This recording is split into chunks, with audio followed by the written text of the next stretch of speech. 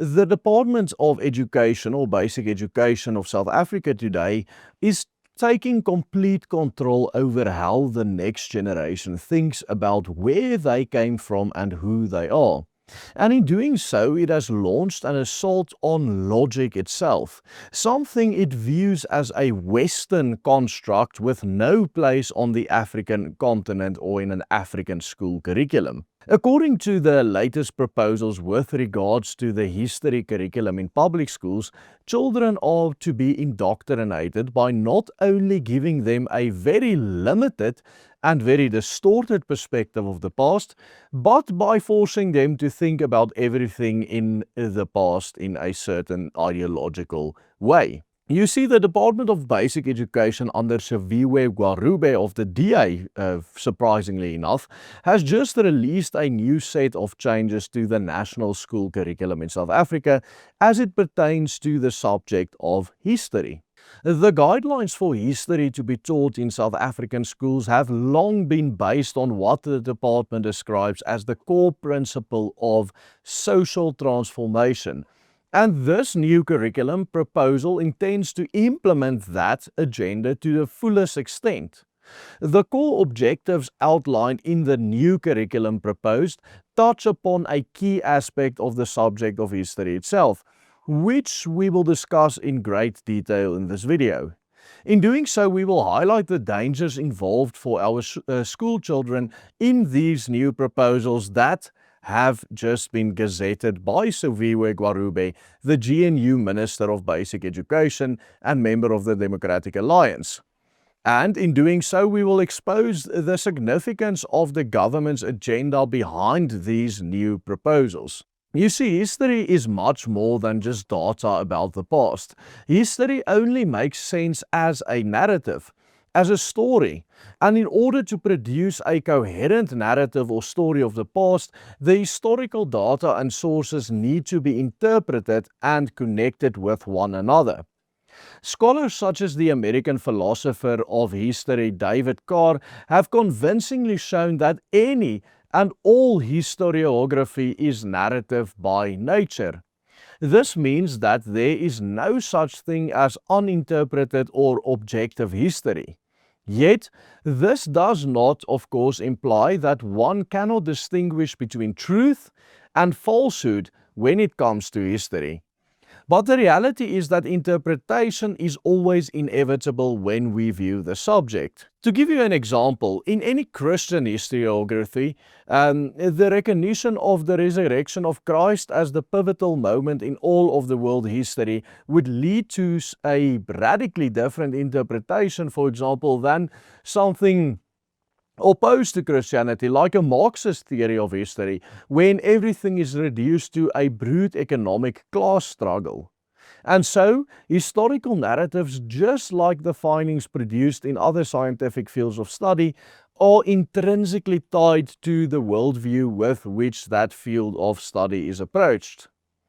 Everybody has a particular agenda, as this is part of what it means to be human. Yet, this is not necessarily a bad thing. In fact, recognizing biases and agendas is absolutely key to facilitating constructive debates and moving humanity forwards. Yet, such a constructive debate can only take place when facts are not knowingly and purposefully twisted or omitted, because then historical narratives gain the potential to become evil tools of mass manipulation and social engineering, as we are seeing with the school curriculum today.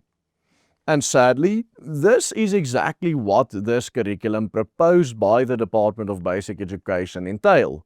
And the government is not even hiding the fact that what they want to do is brainwash and indoctrinate children so as to transform South African society altogether. In fact, the very basis of the newly proposed curriculum changes not only touch upon the subject of history, but also upon the very way in which children ought to make sense of the world around them. The department now intends to make history a compulsory subject for all pupils up until grade 12 or the end of their high school. In addition, the department aims to completely overhaul the curriculum as part of its strategy to move towards a more Afrocentric curriculum in which students are said to develop a distinctly African consciousness of history. But what exactly does this African consciousness of history entail? For one, it entails decolonizing the curriculum by removing all European elements from the curriculum and thereby derooting the student altogether. This, of course, entails removing the entire history of the Dutch settlement at the Cape and any references to any of the Boer republics, thereby reducing the entire curriculum on the African struggle against colonialism as a whole and apartheid, making it seem like apartheid is a system that did not exist since the 40s until the late 80s, as we know the facts are, but a system that existed since the beginning of when white people came to the continent of Africa, and a system that has been in place from the very beginning until the very end in 1994. But this isn't even the scariest part. The scariest part lies in the distinctly African philosophy of history underlying this new history curriculum. According to the Department of Basic Education, the Afrocentric approach to teaching history entails moving away from logic itself, which it views as a Western construct, in favor of what it describes as indigenous knowledge systems, embedded in so-called African philosophical thinking. The consequences of this approach, especially if history is made a compulsory subject until grade 12, will not only be that all children, but especially those of Caucasian descent, will be completely and utterly culturally derooted, but also that academic standards will plummet even more than they are currently doing. If the curriculum explicitly moves away from logic, evidence-based reasoning, and critical engagement with competing sources, then learners are no longer being educated to think. They are being trained to obey. Moreover, a system that rewards conformity over critique inevitably produces weaker universities, weaker professionals, and ultimately a weaker civil society, which is ultimately what keeps this country going in spite of the ongoing government failure that we have had to endure for over 3 decades today. And ironically, it is the very fact that this government fails so miserably that they are now resorting to such a radical step in a desperate attempt to try and suppress any criticism and opposition by controlling the narrative.